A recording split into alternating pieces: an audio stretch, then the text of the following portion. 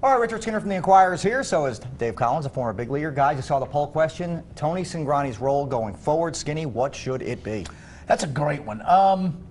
The big part of me says that I would send him down and let him start and develop that second and third pitch, which he still has not mastered. The other part of me says you're trying to fight to get back in this thing. He's a valuable arm. You saw it today. I mean, he can give you 2 innings. He might be able to give you 3 and 4 innings in some outings. Well, he's a starter. Why not? And you know, I know people are going to say, yeah, but he's still got the wildness. I think I leave him in the bullpen for right now and let him play whatever role you need. It might be 1 out one day. It might be 3 innings another day. It might be 5 2/3 another day. I think he's in a good role right now. Dave Collins, what do you think? He's a valuable guy, the way I look at him. He can piggyback with a starter, come in after 5 or 6 innings, and he could actually close the game for you because he's got closer stuff. To me, when I look at the Red starters, to me, durability is a big question mark for me. And he can spot start for several guys where they can skip them 1 turn, and he can come in and get a lot of innings. The other thing is he's big-time valuable coming in the 7th inning as well because he can go 7 and 8 and then turn it over to Chapman. So to me, he's a silver bullet for him. Well, and with all that being said, you two clearly see the value in a Tony Cingrani in whatever the role may be. Other teams undoubtedly have to see the value of a Tony Cingrani. If somebody were to offer the Reds a big-time imposing bat, Skinny, would you do it? I don't think I would, just because there's going to be another payday coming due for Johnny Cueto. There's going to be another payday coming due for Matt Latos. We can argue the semantics of whether or not you should have signed Bailey to this deal when you signed me to this deal, but the bottom line is they already did it, Mike.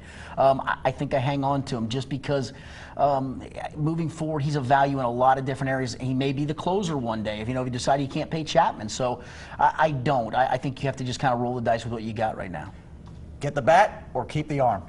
For me, he's an untouchable. I mean, really? Okay. I love this kid. He's a young kid that could be a closer. I think the only thing that I wonder and worry about with him is health. Can he stay healthy? Because he throws with such intensity, and his mechanics sometimes, he's already been on the DL a few times, but he's a valuable kid. I would trade Cueto before I trade Cingrani. Wow. Just for the simple reason, Cueto's been hurt a lot, and Cueto's got a big contract coming up, and there's no way I'm going to get rid of this young kid. What do you think? That's pretty hard. That's pretty strong. Honestly, if you were to pin me down right now and say if there's one pitcher that you would trade, it would be Johnny Cueto. That sounds silly because you're not going to do it this year, especially. But that payday's coming due. You can't pay all these guys. I mean, no, you can't. You've tied up a lot of money in guys with some really bad contracts.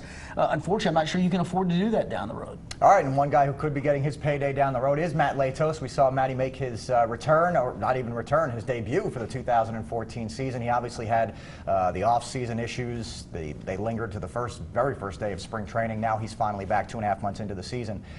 He gave you no reason to think he can't be the Matt Latos of old, which is 28 and 11, Dave Collins, over the last 2 years. He looked very, very good on Saturday.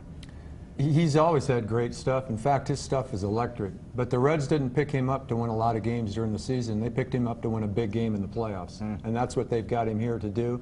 And that's what he's got to be able to do for this club. He's got to be a #1 guy to go along with Cueto to win in the playoffs. And we'll see if he can get over that hurdle. Skinny, did you expect to see such a strong outing from Latos, the 6 innings and only 2 hits allowed in his first? I mean, really, he hasn't pitched since last September. I mean, it was 2 hits, no walks, 4 strikes. I mean, that's pretty spectacular right out of the box. But the guy is, when he's right, he's one of the 5 best starters in the National League, in my opinion. He's got that kind of stuff. The one thing for the Reds now, Mike, is when you look at this pitching staff, almost on a nightly basis now, you're not going to lose the matchup. Simon, the way he's pitched, Cueto, Bailey with his stuff. Mike Lee can teeter, but Mike is what he is. He's a high 3 ERA pitcher who's going to give you some pretty good innings, and obviously Latos has got great stuff. You now have 5 straight nights you throw somebody out there that you can trust. And Billy Hamilton, homered on Saturday, homered on Sunday, consecutive at-bats. He leaves the yard. He's got the batting average up now, Dave Collins, to 265.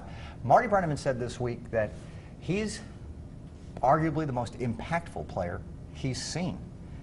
Are we there yet with Billy, or are you just happy that he's progressing very nicely from what we saw on opening day, which was a guy who looked overwhelmed? I mean, he's so disruptive to the teams that he plays against. I mean, because he can beat you in so many ways. He can beat you with his defense, with his speed, and he's also got a good, strong arm in the outfield. He covers so much ground, and he protects Ludwig in the outfield. What I like about him is he's starting to hit breaking balls, and he's making adjustments at the plate. He's gotten better and better.